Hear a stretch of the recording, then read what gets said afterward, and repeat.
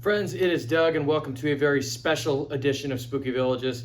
Today I'm going to be reviewing one of the pieces I have most wanted to get my hands on since I got into Halloween villaging, the Grimsly Manor by Department 56. Before I get into it, a huge thank you to viewer Amanda S., who actually reached out a couple weeks ago and asked if I wanted a Grimsly. And she had an extra one, and she sent it my way. That is extremely kind. And this video is for you. So thank you very much. I am so excited to talk about this one. Here it is, guys. Here's the box. I love in the classic Department 56 pieces how they have a story. Some of the modern ones do, but a lot of the old ones, it was a common thing. So this says, Grimsly Manor, black cats and pumpkins, witches and goblins, ghosts and ghouls, and things that go bump in the night. Hold on to your broomsticks, because this haunted mansion, complete with lightning flashes and sound effects, is certain to give you the chills. Warning. When villagers go from house to house playing trick-or-treat, it may be risky to visit this house after dark. Pair this manor with Haunted Mansion for a double dose of scare tactics. And I will flash the Haunted Mansion piece it's referencing here, which is also a very cool one. Guys, here's Grimsly Manor. Check this one out. This is an absolutely gorgeous haunted house. And before I get into it anymore here, this tree here, you can actually fold out the branches. I didn't right now because this piece is going to stay in storage for a little bit. I'm going to add this to a display. I didn't have this all the way out, so my apologies. It was easier to store this way without moving all of the branches out. But anyway, so Grimsly Manor here. Look at this.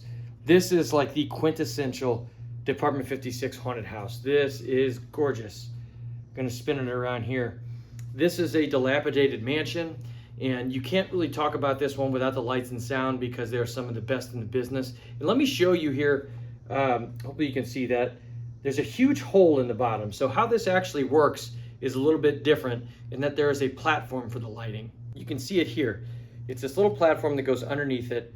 Power supply goes into here. There's a power adapter. And you've got these little bulbs here. You'll see what they do in a minute because there are two kinds of lighting on this one. And also underneath here, you can turn it off, the sound on it, or you can go low and high. So that's kind of your volume on this one. And you can run it by itself. This one has one of the best soundtracks ever. I'll talk about that in a moment before I show it with the lights and sound, but here's Grimsly lit up. The way the light flashes here, especially when it syncs with the sound, this is a terrifying haunted house. And this one doesn't have the crazy ghosts, or it doesn't have, monsters or anything like that. It just looks like a very traditional, scary, old haunted house. Of course, the way the lighting goes and everything, it brings to mind Poltergeist. It is very spooky. And this house can work in a variety of scenes. It can be in a standard trick-or-treat neighborhood, kind of as the house at the end of the block that is actually legit haunted, or the people think are haunted. It can work in the it can work even with like the crazy Lemax haunted houses, because while the house itself is a little understated, it doesn't have the crazy storybook features. What it does have is that amazing lighting on it and those flashes, and the way the light shoots out all of the windows in different directions. It looks very cool lit up. Real quick here, the fit and finish on it. This is classic Department 56. I love the leaves. It's got leaves everywhere on it. It even has a little jack-o'-lantern here, so it brings in the Halloween theme. Little bats hanging all over it here. Grimsly Manor's long been retired, and it's very sought after on the collector's market because of what it is. This is one of the best haunted houses in any collection. I can't wait to eventually get my hands on Mordecai Manor. I'll compare this one to that. That's another classic Department 56 piece, but I am so happy to have Grimsly in my collection. I want to thank you, Amanda S. Thank you so much for this. Before I show it with the lights and sound, I wanted to talk about that for a moment. It is some of the best in the business.